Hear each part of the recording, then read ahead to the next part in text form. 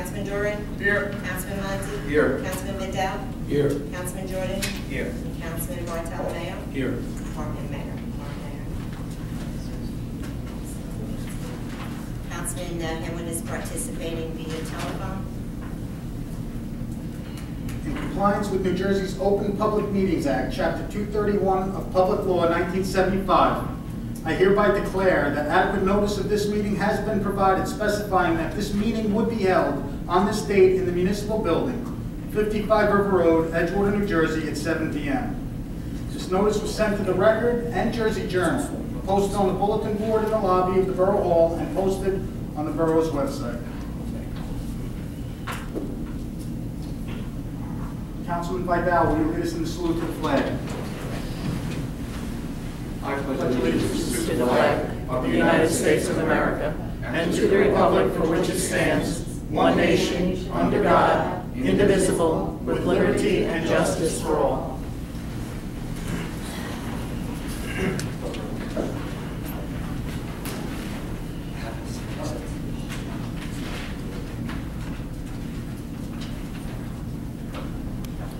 Right, I'm just going to, the conferences are scheduled for later on, so we'll just go right to the open. I'd ask that we go out of the regular order of business, and we're going to open to the public. Right now, we'll use the conference time at the end of the meeting. Do I have a motion? Second? I'll second. Roll call. Councilman Henwood? Yes. Councilman Doran? Yes. Councilman Monty? Yes. Councilman Vidal? Yes. Councilman Jordan? Yes. And Councilman Bartolomeo? Yes.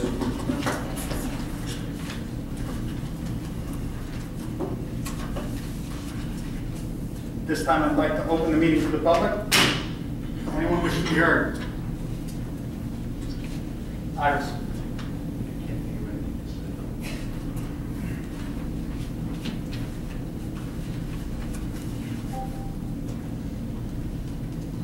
Iris Foreman, Grand Cove. I would like to thank the mayor and Greg and the council for their support in pushing forward meetings concerning the Grand Cove walkway specifically and Edgewater's walkway in general. It means a lot to us. I'm very gratified that we've gotten as far as we have so far. Hopefully we'll keep on trucking and prevail in getting the state, and before today I would not have even thought the federal government to perhaps pay for the remediation, the repair, and stabilizing of our walkway. I say today because it just happens coincidentally that the senator from New York is asking the federal government for funds to repair the New York waterfront from lower Manhattan up through 150 miles, which brings it to about Albany or so, I suppose. And it seems to me that if he can ask the federal government for money for the New York side, it means that the federal government should definitely be involved in repairing our walkway as well. So I hope and expect that we can pursue this with our congressional representatives as well. But again, thanks for getting us this far, and I look forward to seeing this to its very positive conclusion for all of us. Thank you. Anyone else wish to be heard? Mary.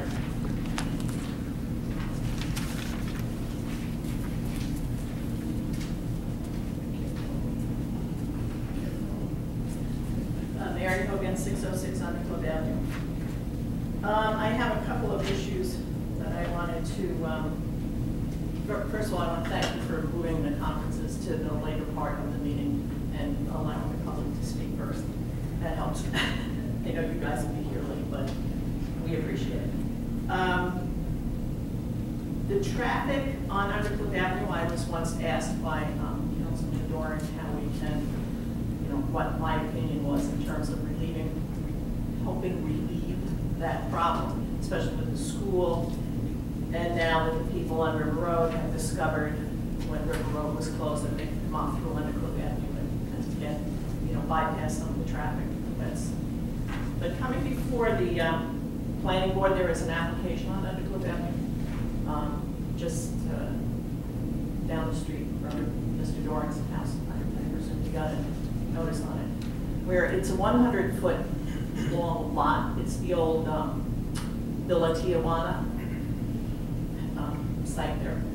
It's a 100-foot lot, and the proposal is to break it into 4 25-foot lots and build 1 or 2 family houses on it with 3 feet between the houses. And it's this kind of density on that street. And of course, all the property that's the parking right now in that area will be gone for this project, especially if they allow that many. That's an issue that I think has to be addressed, and it better be addressed soon, because Higgins's house certainly at some point in the near future is going to lose all the parking in front of their house. And in terms of this area, they're going to lose all the property there also. And directly across from Mr. Doran's house is the Jacob Ben Moshe property, which has been vacant for many years, and I'm sure if this gets approved for that kind of density, the applications will start coming in for any vacant lots that might be sitting up there on Undercliff Avenue. I also had a problem with snow removal. There were various areas that never plowed at all until we called and complained, including the property where the construction is being done, what was 594 Undercliff Avenue, and then they cleared it. But we do have a code enforcer, and I really don't understand why the local people have to become the code enforcers and call the police and tell them these people haven't cleared. Another dangerous spot was the property, I think they're condominiums on Route 5, just before the turn onto Lower Undercliff Avenue. They didn't clear their sidewalks either, so people had to walk out into Route 5. And in terms of that area, we have a car that parks every night, and it's there every morning when I go to work at 8 o'clock on the sidewalk and blocks the sidewalk. So just as you're walking down Route 5 and want to go make the right to get onto Undercliff Avenue, people there have to go out to the street because this car is literally parked on the sidewalk and blocking the sidewalk. I think it's been brought up several times before. I see that you have a resolution for a stop and shop, or to stop a stop and shop. And I have mentioned it before that the power to do that is not within the purview of the mayor and council. You are not permitted to determine what the tenants will be in the properties. It's in a redevelopment zone, and you can make the building smaller, as the engineer said when he was here that night, so that Stop and Shop would not want to be there, but you cannot dictate what's going to be there. Just like when Target has gone from being a clothing store, or various other things, to making a large part of it now a food store, you couldn't stop that either, because that's what the tenant chooses to have there. So you may want to stop here, but places like Target, when they decide globally that they're going to put in food, you're not going to be able to stop them either. The geese control, good luck with that. I know Mr. Henwood was a big proponent on that. I hope that works. And in terms of the walkway, if I can just take a couple more minutes, I agree with Ms. Foreman on that. And I would like to have seen your letter also include Gondolin Marina, which was so devastated by this. That's a family-owned business for over 100 years.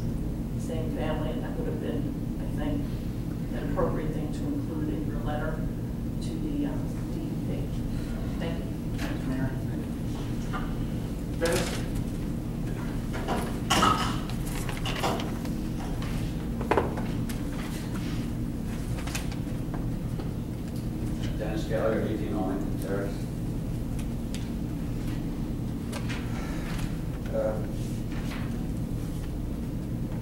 Just, this is probably a dead issue now, but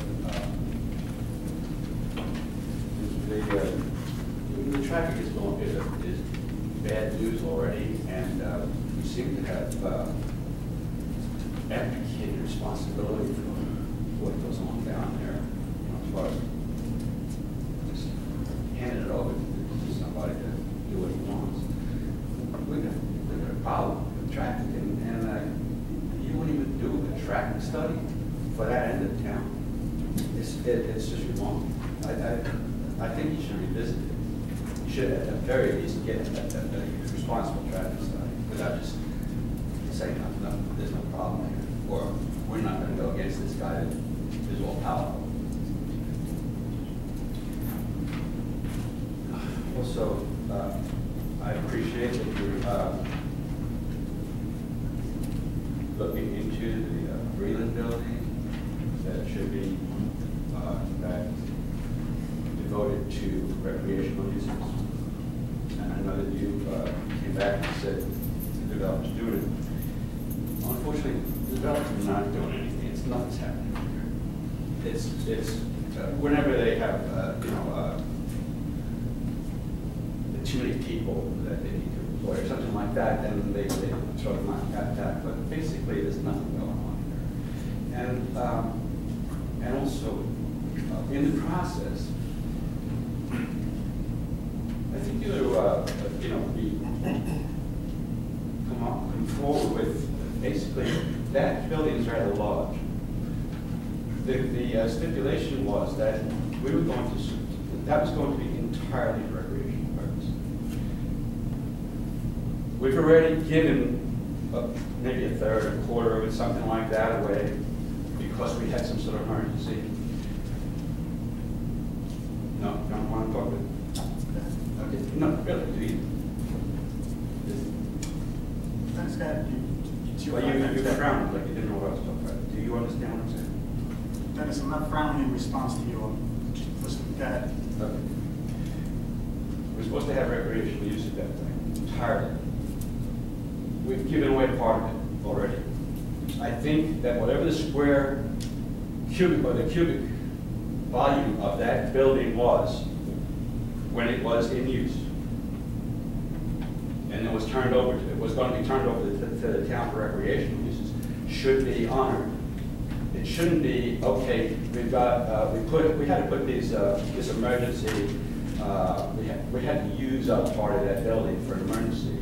Well, okay, we still have an obligation to supply that cubic volume somewhere in town. And in fact, it's a pretty good idea, I think, to put it elsewhere. Partly there and partly someplace else. Spread it around so it's not all in one place. So more people have access to it, more easier access to it, to recreational use. And I don't know, do you know what's going on with it so far? Being that you have looked into it, and you said... I'll respond to you in 5 minutes. Thank you.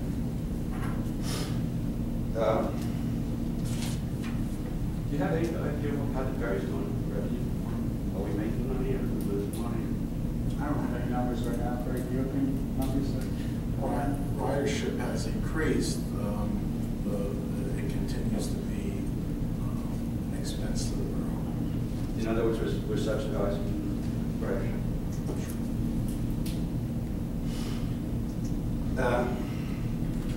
There's definitely a problem crossing River Road down by the shopping area,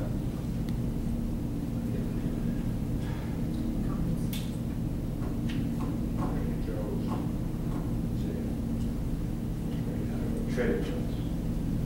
Actually, I'm thinking more down. Edgewater Commons? No, that's what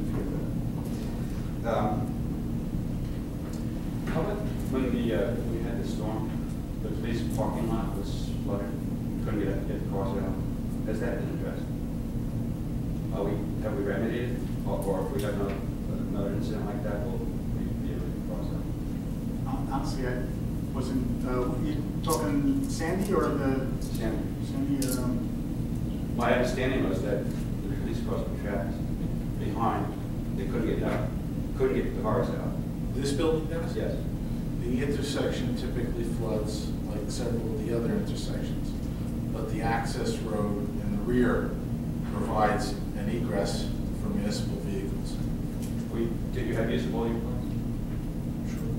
You did? Yeah, I didn't hear. No. Okay, I had it from secondhand, so, or maybe I misunderstood what it was.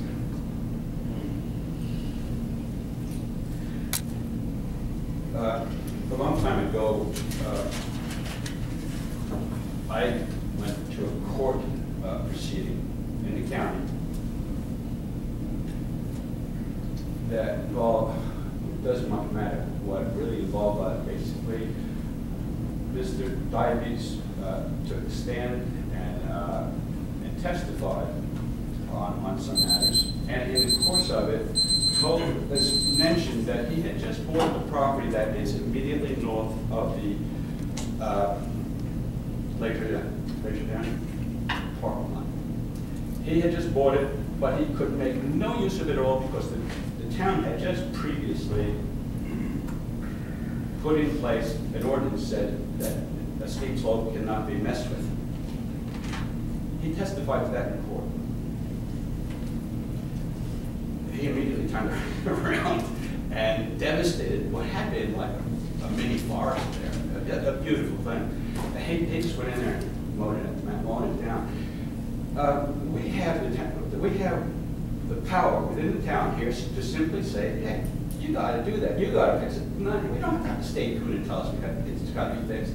We should tell him he has to fix it. He should do it now. It's already 13 years or something like that in.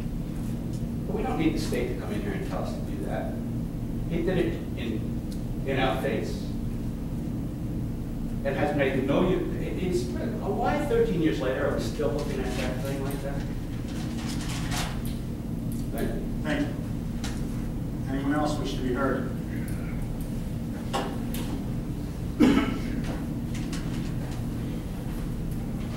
Jane Alakoff, 91 Myrtle Avenue, Edgewater. I very rarely agree with Mary, but she always asks very good questions. I happen to agree with her about Undercliff Avenue. The density on Undercliff Avenue in the northern part of town is getting to be unbearable. If you go out at 7 o'clock in the morning when the school buses are there, or between 2 and 4 in the afternoon when the school buses are coming back, it's just almost impossible to pass. You have to drive on a sidewalk. The buses have to drive on a sidewalk. You have to sit and wait. There's got to be a better way to handle this. And it's not necessarily the car. I mean, we're losing parking with every duplex we put up. We all know that. I was on a planning board. I know exactly how much we lose. But there's got to be a better way to handle the school buses because it's causing a backup that one day one of these children are not going to walk the right way in front of the bus. One day the crossing guard is going to miss the one kid. And the one kid's going to get hit because there's some people, regardless of the speed bumps, come through there at a pretty good clip, even when there's traffic. So it is something to be looked at. I also like to thank the mayor and the council for getting involved in fixing the river walk behind Grand Cove because it was a mandate from the state that the river walk be built, but they don't fund it. So I figured if Christie and Obama could walk down the shore together, we can get a congressman to walk up and down Edgewater waterfront and see what maybe we can get fixed around here as well. I thought the snow removal was fine, and I think that's about it. Thank you. Anyone else wish to be heard? Tom?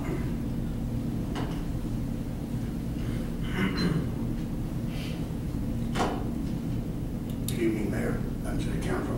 Mayor, I believe I had an off-the-cuff discussion, maybe several months, but even longer, in reference to parking in general.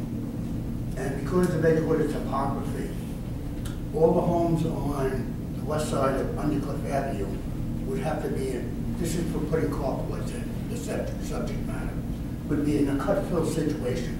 They would be in a cut. All the homes east of Undercliff Avenue would be, based on your topography, would be on a fill. And the cost of that whatever it is, if several estimates could come in at 15, 20,000, give the property owners an incentive, not just a directive or ordinance where or not you can park, but you can offer an incentive for them to put in a carport. Now, majority of the homes are 50-foot frontage or larger.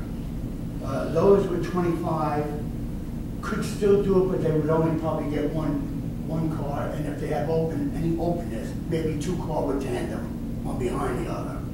But I'm talking mostly for a 50-foot frontage. Have a cut and fill situation.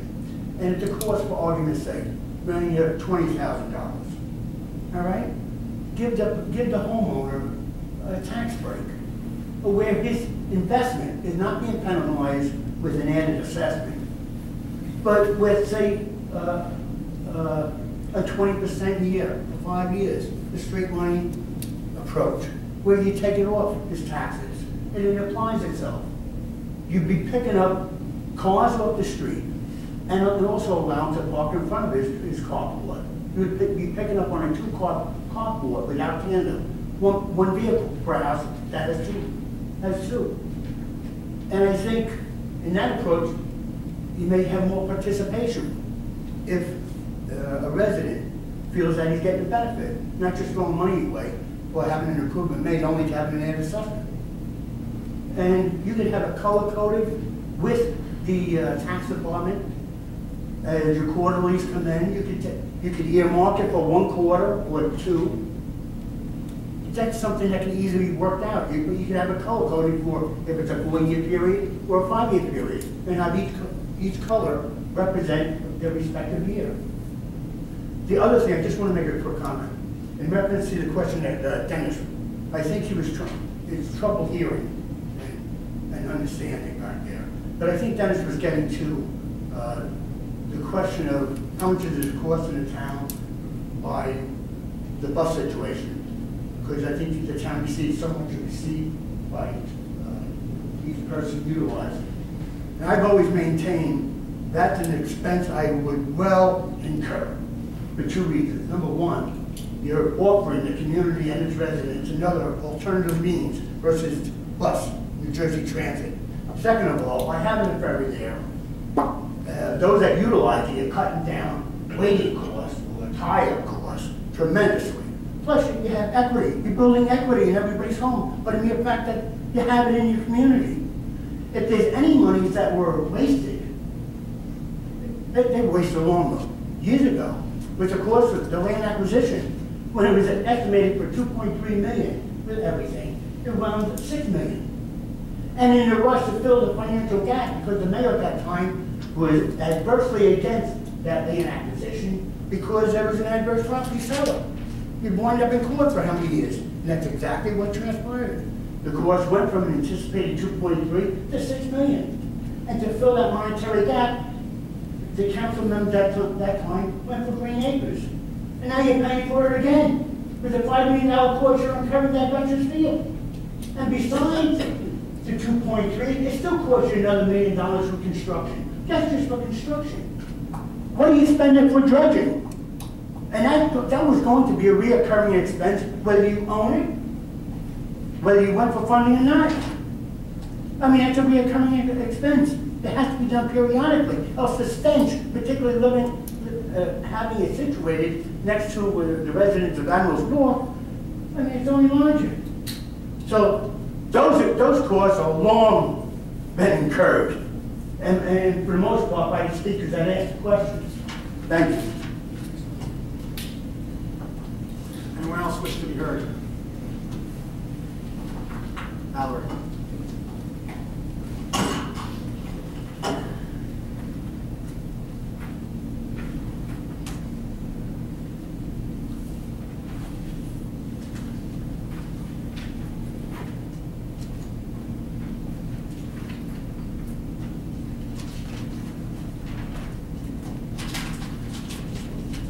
Valerie Bordina, 16 Hudson Terrace, Edgewater, New Jersey.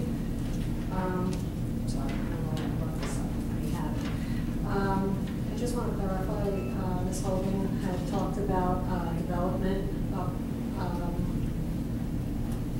by she said there was 5 lots, there's actually 6 lots. She just, 25 feet wide. I just want to clarify a few things. The acquisition of the marina for the use of open space / marina was done by a referendum, and the majority of people who voted for that referendum voted yes.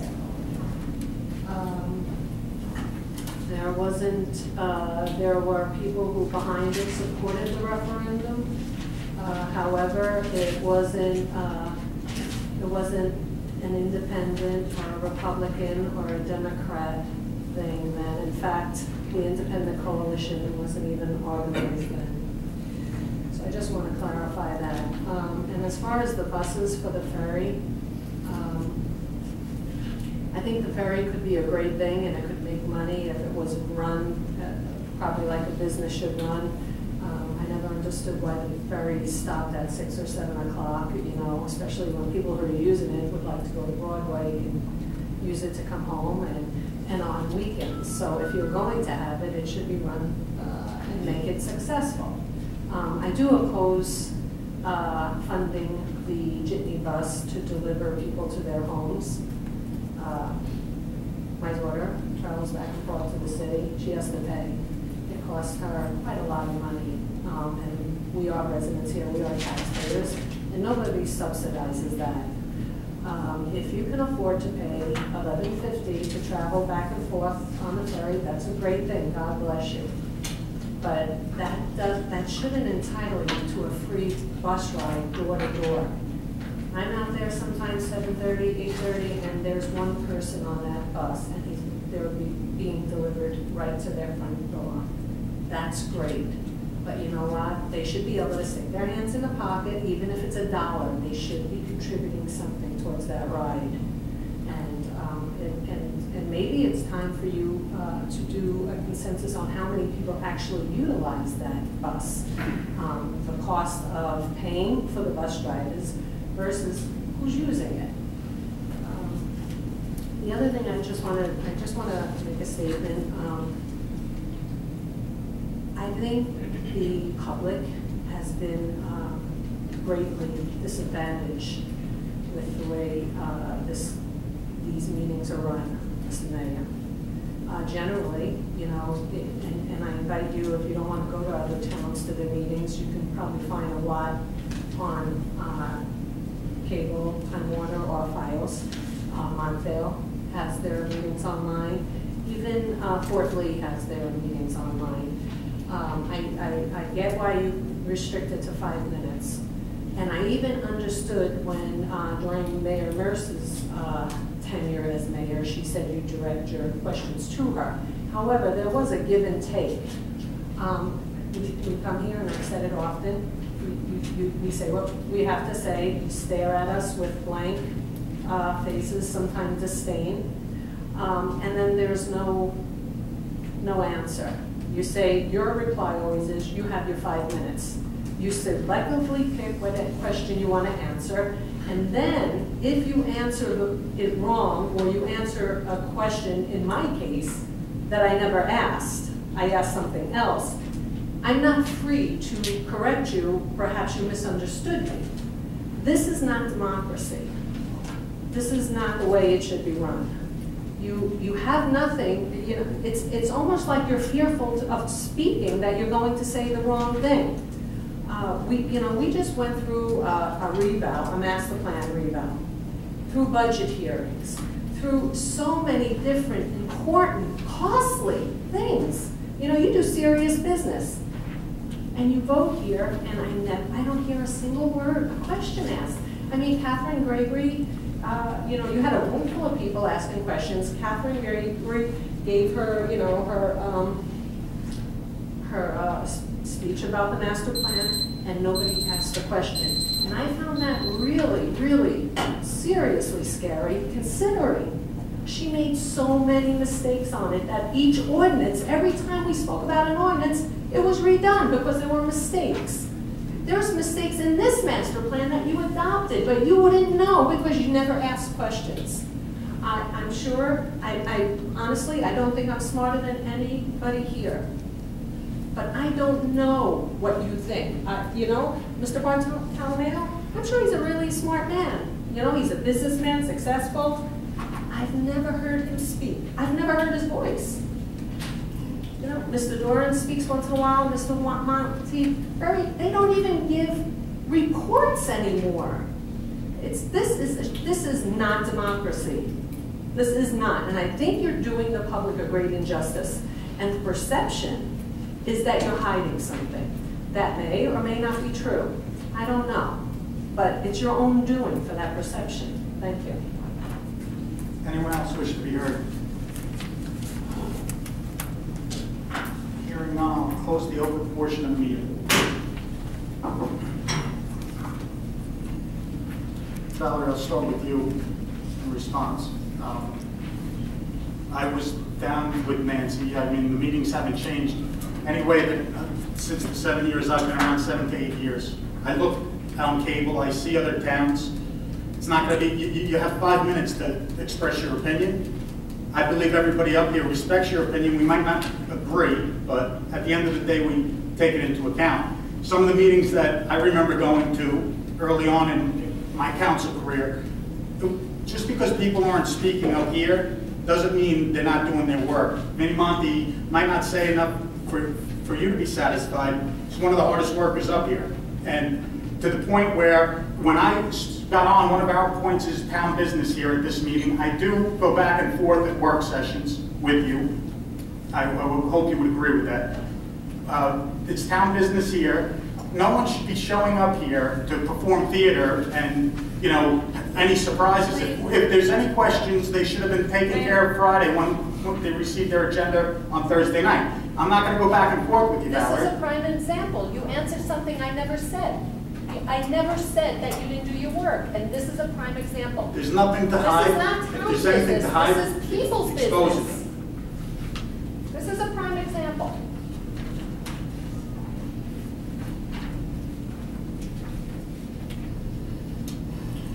Mary, as far as the snow removal, I received nothing but compliments from our DPW in regards to the snow removal this past storm. I will tell you that there were 8 letters went out warning residents, and 17 summonses were issued during the storm. So we are following up as far as people shoveling their sidewalk and such. As far as the Stop and Shop goes, we're not telling them what they can put there and what they can't put there. It's in my opinion that the developer made an agreement that he didn't have approval for through this town. He did have the right to have some kind of store, supermarket, but not for the size that he came in and asked for. So the resolution is basically at request by the developers so he can get out of the contract.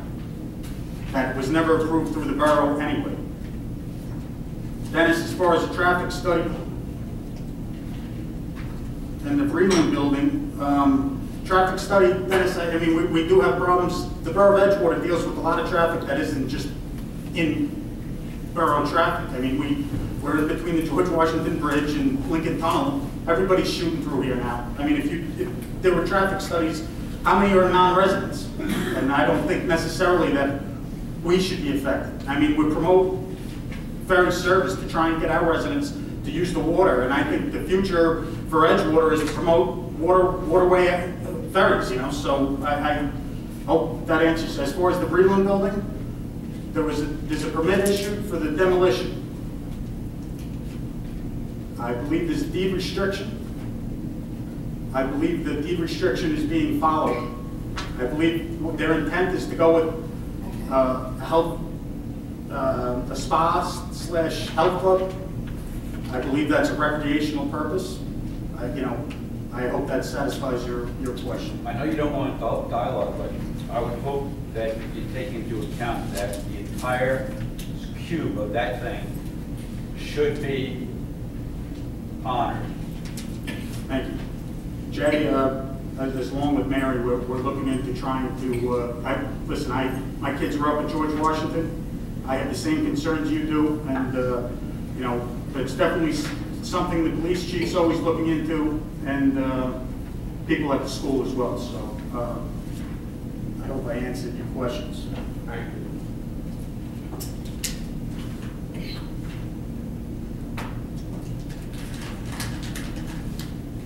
I'd ask for approval of minutes, January 7, 2013.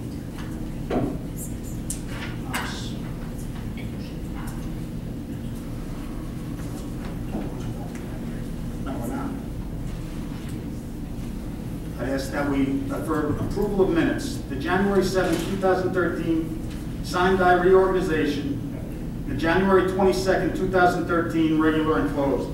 Do I have an introduction? A second? Second. Roll call. Councilman Haywood? Yes. Councilman Doran? Yes. Councilman Monty? Yes. Councilman Vidal? Yes. Councilman Jordan? Yes. Councilman Bartolomeo? Yes. Receive bids? Bids we received were for the Old Borough Hall for the Phase 2 construction, which I believe there is a resolution to award that tonight. Is that right, Fred? Yes. Yes, on resolution 65. Ordinances. Ordinance 1487, 2013, an ordinance of the Borough of Edgewater in the County of Bergen, New Jersey, amending ordinance number 1423, 2009 of the Borough, finally adopted August 10, 2009, as subsequently amended by ordinance number 1449, 2010 of the Borough, finally adopted December 20th, 2010, providing for various improvements to Undercliff Avenue in and for the Borough of Edgewater and appropriating $303,408. Therefore, and providing for the issuance of $42,750 in general improvement bonds or notes of the Borough of Edgewater to finance the same.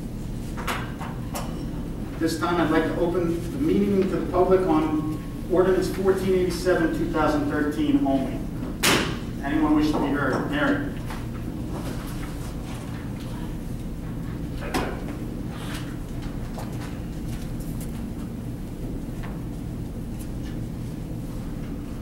Mary Hogan, 606 Undercliff Avenue. Undercliff Avenue is a really long street, and I happen to live on part of it that has never been improved since I was a kid. At least the sidewalks, the curbs are still the original ones when I was living here years and years and years ago. Could someone explain what portion of Undercliff Avenue is fine? Yes, Mayor. The portion that we're going out to bid for is the section between Valley Place and Dempsey Avenue. I did convey your concerns, Mary, from the last meeting about your section of Undercliff Avenue to the Borough Engineer. So we'll be looking into doing that as well. Oh, well, I know we're just discussing this one, so I was just wondering what area we were talking about, because when you're so generalized to say Undercliff Avenue, I mean, it runs from, I don't know how many miles. The reason why we termed it Undercliff Avenue without any limits or meets is because every so often we have issues, whether it's speed humps or just general improvements that need to be made. So that way, we're not bonding any additional new money. This is an ordinance that's been adopted. So we just want the availability of funds for that section of Undercliff between Dempsey and Valley, and then hopefully pursue some of those additional improvement projects, such as the one that Mary did. Are there any, I'm sorry, but does this bond refer to any specific plans that are someplace that we can view, or are these future things that have not yet come? It would be for the future. Oh, okay, so Yeah. if they don't exist, this is Right. what, you know, the engineer or somebody's going Yes. to come up with and suggest. Okay, thank you. Anyone else wish to be heard? Seeing none, I'll close the open portion of the meeting. 1487, 2013. Do I have an introduction? Second? I'll second. Any discussion? Mr. Mayor, Yes. just a quick thought for Greg. You know, we don't have control over all the utilities when they decide to do a project the last second, and they don't talk to each other, and they certainly don't talk to us. So maybe we just make a phone call before the equipment starts rolling when the time comes. Just check one last time so we don't pick it up 6 months later, or they don't pick it up 6 months later. Yes, thank you. Yes. That makes perfect sense. Thank you, Michael. Anyone else? Roll call?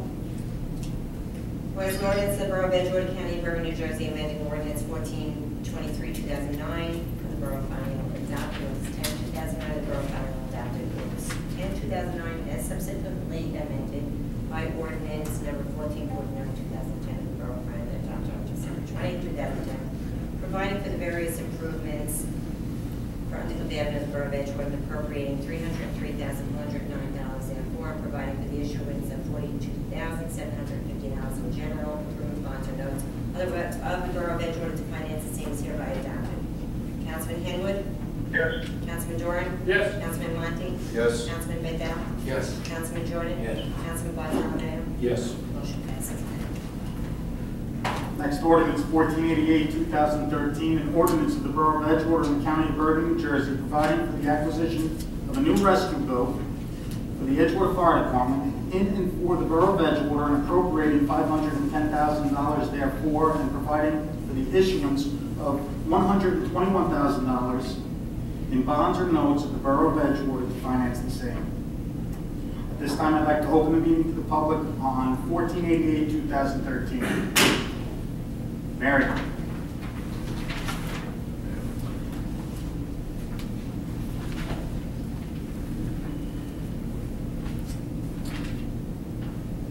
Mary Cogan, 606 Underhill Avenue. Again, I don't know that this is, obviously this was done a long time before this meeting. It's not anything new. It started in September when I requested the information from it.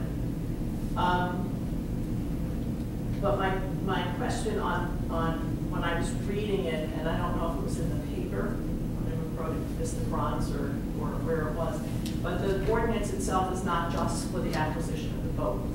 It is also for the training, for the walkie-talkies and, you know, all that kind of stuff. Is that correct? Is that correct? As far as training, I know the equipment with the boat, I know it's for the equipment. Well, usually you include the equipment. Well, the boat we're looking at right now, it's a stripped down model, depending on where we go with it, or what the department requires. Oh, so it only covers the actual boat and doesn't cover the other stuff? Because I was reading, oh, I know what it was. It was the application that was actually put in to FEMA, and they were saying that included in that would be the training. You know, there's certain vests that the people have to wear and the walkie-talkies that they have to use. And all that was lumped together in the application that they were doing. So, and that came up to $500 million. So I'm presuming that that's part of what this fund is for. Yes. So included in that is all of that. The boat itself is not for us. When we usually make a big purchase like that, a perfect example is the dredge machine. That typically comes, the cost comes with training. So, you know, usually you have several days worth of training, same thing with fire apparatus and things. So this vessel would be no different. Well, of course, it's training on a specific boat. I mean, Right. obviously, the firemen already have training on the boat because we had one there. I presume that they were all trained before they were using it. The other, you know, and this really isn't only because I was reading what Greg was saying. If we are responding to calls that the Port Authority is giving to us for someone possibly jumping off the George Washington Bridge, are we going to be reimbursed for that, especially with the bond we're going out with? Because I know, like, when they respond to accidents on the bridge, the ambulance squad and stuff like that, they get reimbursed for that activity.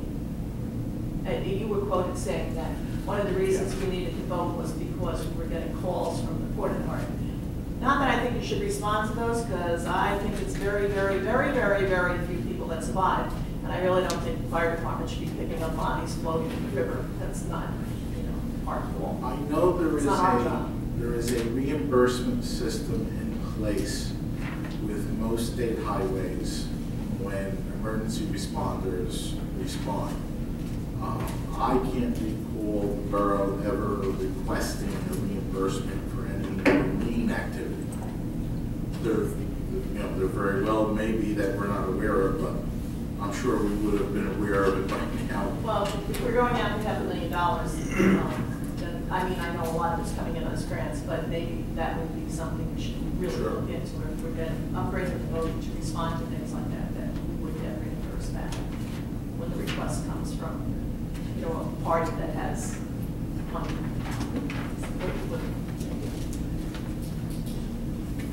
Anyone else wish to be heard? Tom?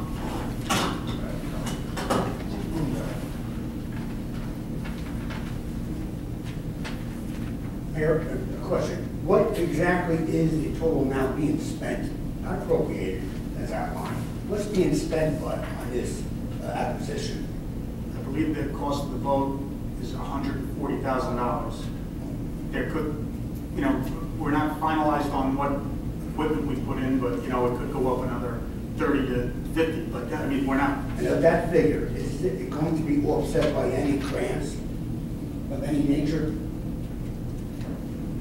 Is there applications in for any grants that we feel comfortable or no?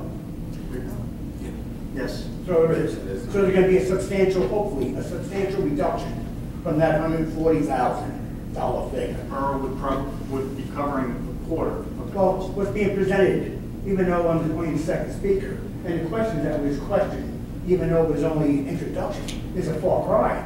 I mean, the implications are, and if you remember, the plea was to hold off on this acquisition. It was directed at you, Councilman Doran, for a couple of years, knowing the financial situation with the economy. But this information that, like this, isn't out in the open, it's not surface. So it gives the appearance that, oh my God, the acquisition of fire trucks, fire boat is going to cost me $500,000, my taxes. But if it's only going to cost 20, 30, 40,000, it behooves you not to acquire this, if that's your rationale. And particularly, remember, several years ago, we deferred, the council deferred, from acquiring a new boat that the town didn't have any type of background. It would have been an initial stage, and it would have cost roughly $160,000. And we were able to acquire for, I believe, $35,000. I could be off by $5,000 from the Hudson Club. And there was members on the board then that didn't even want to vote for the $35,000 because they didn't believe it had a place to put it. Irregardless of the fact we bought a $6 million marina. So it's important to get these figures out there, because everybody seems to be getting their point across and then playing nicely at a subsequent date when the political damage is already done. Thank you. Valerie?